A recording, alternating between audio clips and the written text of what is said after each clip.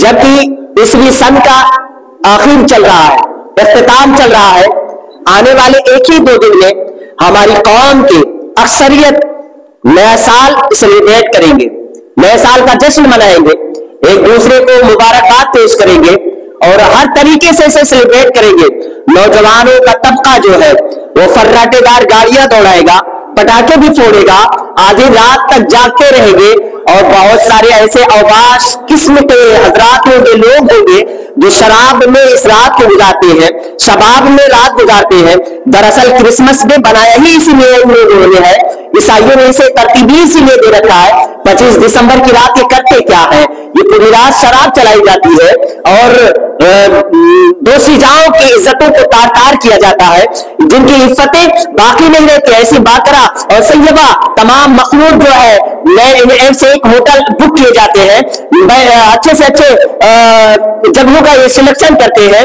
कहीं पानी में कश्तियों पर इनका सिलेक्शन होता है, 5 स्टार 3 स्टार अच्छे अच्छे होटलों का वो बुकिंगें चलती है।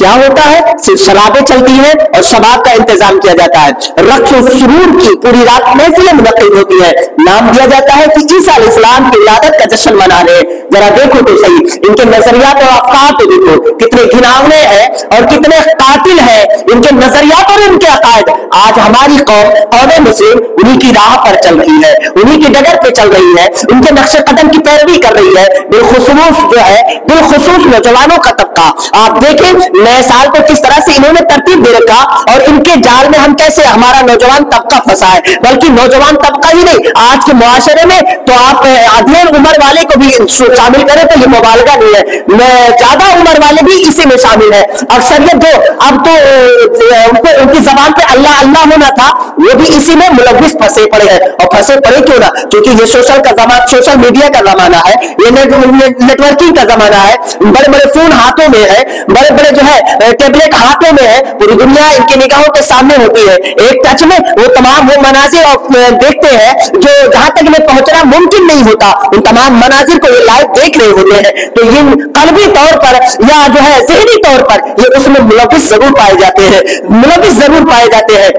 मैं अर्ज ये करना चाहता हूं आज के मौजूदा वक्त में, क्योंकि आज बनती से आने वाले एक ही 2 दिन में हमारी नौजवान नस्लें जो है, हमारा नौजवान तबका जो है एक दूसरे को जरूर ये सेलिब्रेट करेगा, हैप्पी न्यू ईयर कहेगा, नया साल मुबारक हो, नए साल की आमद मुबारक हो, नए साल का जश्न तुम्हें मुबारक हो, नए साल की सातें तुम्हें मुबारक हो। और पूरी रात शायद ये जश्न के माहौल में गुजारे भी, अक्सर नहीं होता है। अगर मालदार है तो 100% ये देखा जा रहा है, अगर साहिब सरबत हो गए हैं और दीनी तालीम ना मिली है तो 100% इसी में वो मुलव्विस है। पूरी रात वो खुद शराब पिएंगे, शबाब के दलदल में वो फंसे हुए होंगे, बड़े बड़े होटलों में पड़े रहेंगे, बड़े बड़े रेस्टोरेंट में वो पड़े रहेंगे और ऐसी जगहों का वो इंतखाब करेंगे फिर वहां उन्हें कोई और डिस्टर्ब करने वाला ना हो। चंद मिनट घंटों तक दोस्तों की महफिलों में और उनके रक्सुल सुरूर में मसरूफ रहने के बाद वो तन्हाइयां इख्तियार करते हैं। मेरे अजीज साथियों, मोहतरम महिबा, आप जरा देखें तो सही इस्लाम आपको क्या तालीम दे रहा है, इस्लाम आपको क्या पैगाम दे रहा है, इस्लाम आपसे क्या मुतालबा कर रहा है, इस्लाम के नजरियात क्या है, इस्लाम के अफकार क्या है,